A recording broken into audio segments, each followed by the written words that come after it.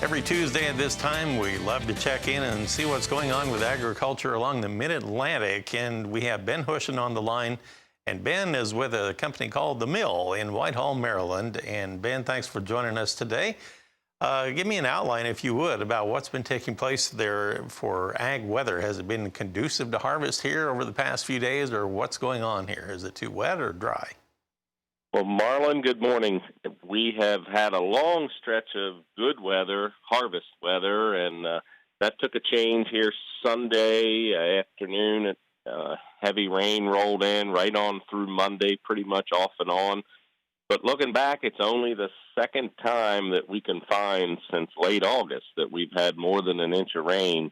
So it was certainly well received, but certainly causes farmers to hit the pause button for a few days on the corn and bean harvest. All right, so it looks like everything has kind of moved out for now. What are the farmers actually working on then if they had to take a little break? Well, I tell you what, it seems like most of them are doing, and it's not different than any other harvest. They got started, some of them a little bit earlier than last year, got a little bit excited, but corn has been really slow to dry down. We're still only about 30 to 40% of the corn harvested. There's definitely some beans harvested.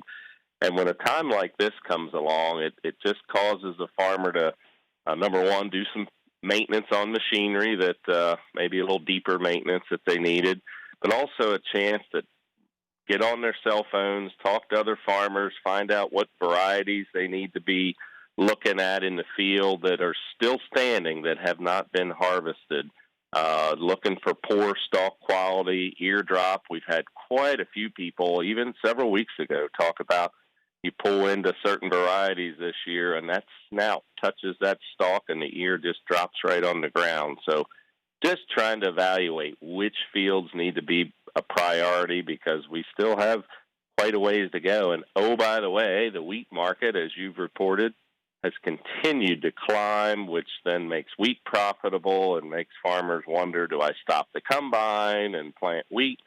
So there's constantly adjusting and trying to figure out on the fly what to get done right and what they can get done safely. Absolutely. Well, thank you for the update, Ben, and covered a lot of ground today. I appreciate that, and our best to everybody there in that region as they work through harvest and, of course, trying to get that new wheat crop going as well. Ben Hushon with The Mill. He's based in Whitehall, Maryland. Let's get you caught up on our grain trade right now. And he mentioned the wheat. Let's go to the corn. December corn in Chicago, 1 3/4 cents higher at $3.90 3/4 per bushel. It has a fairly narrow trading range here, roughly about 5 cents wide, and it's right in the middle of that right now. Now, on our soybean quotes provided by Bar Chart, November is trading 8 1/4 higher at $10.42 per bushel. It was fairly flat last night. It firmed up after the open this morning, then sold off, and now it's making another run at it here, so kind of choppy in the soybean market. In that wheat, Ben Hushon was just talking about on December, Chicago wheat were 2 cents lower at $5.92 1/4, only one tick from our low of the opening range here today. In the Kansas City market, December down a penny 1/4, and we're trading at $5.29 1/4 per bushel right now. Moving on to the Minneapolis wheat in the spring wheat trade, we have December up a penny at $5.43 3/4, so we're kind of going all directions in this wheat market.